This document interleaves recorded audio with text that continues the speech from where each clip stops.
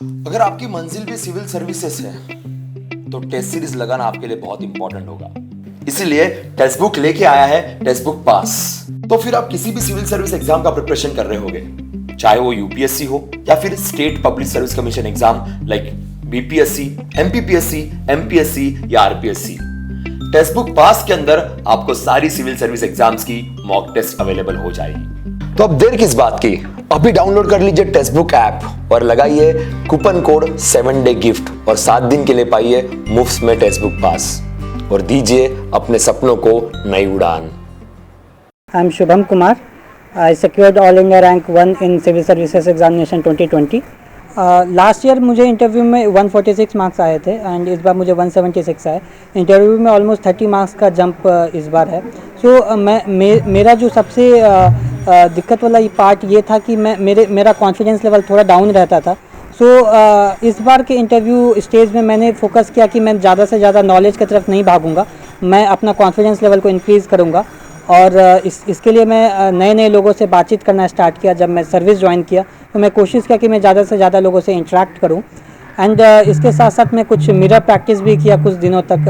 आप अपने बैकग्राउंड को देखते हुए आप कुछ क्वेश्चंस को प्रिपेयर कर सकते हैं और आप मिरर के सामने बैठ करके आप प्रैक्टिस कर सकते हैं. आप देख सकते हैं कि आपका एक्सप्रेशन क्या आ रहा है, आप कैसे जवाब दे रहे हैं. एंड कोशिश करिए कि आप इंटरव्यू में जब जाएं तो आप कॉन्फिडेंस लेवल आपका हाई रहे और आप स्माइल करते रहें, क्योंकि वहाँ पे आपका जो इंटरव्यू है it is a test of personality and not knowledge. ये बहुत बार बहुत सारे टॉपर्स बोल चुके हैं.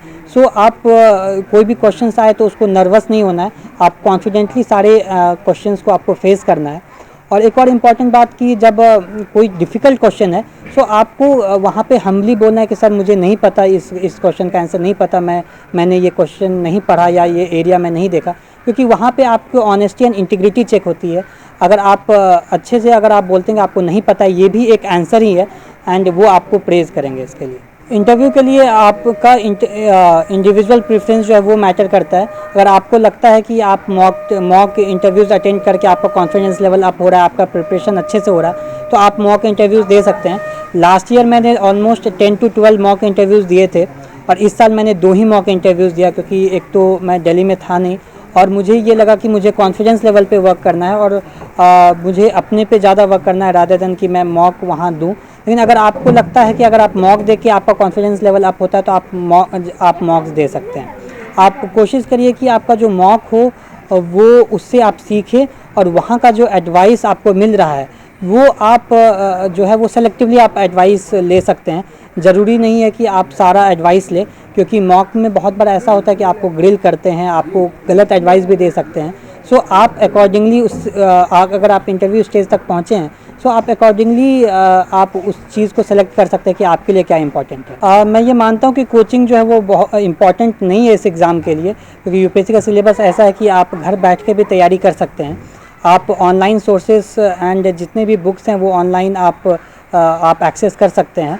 इसके लिए जो यूपीएससी का सिलेबस है वो आपको पता होना चाहिए और आप उस टॉपिक्स को गूगल करके फॉर एग्ज़ाम्पल अगर गुड गवर्नेंस है या एथिकल गवर्नेंस है सो उसको आप डालिए और आगे यूपीएससी लिख दीजिए, तो आपको काफ़ी सारे वेबसाइट्स मिल जाएंगे जहाँ से आप इस टॉपिक पे आप जो है वो कंटेंट जो है वो आपको मिल सकता है. सो ऐसे करके आप पूरा का पूरा तैयारी जो है वो बिना कोचिंग का भी कर सकते हैं.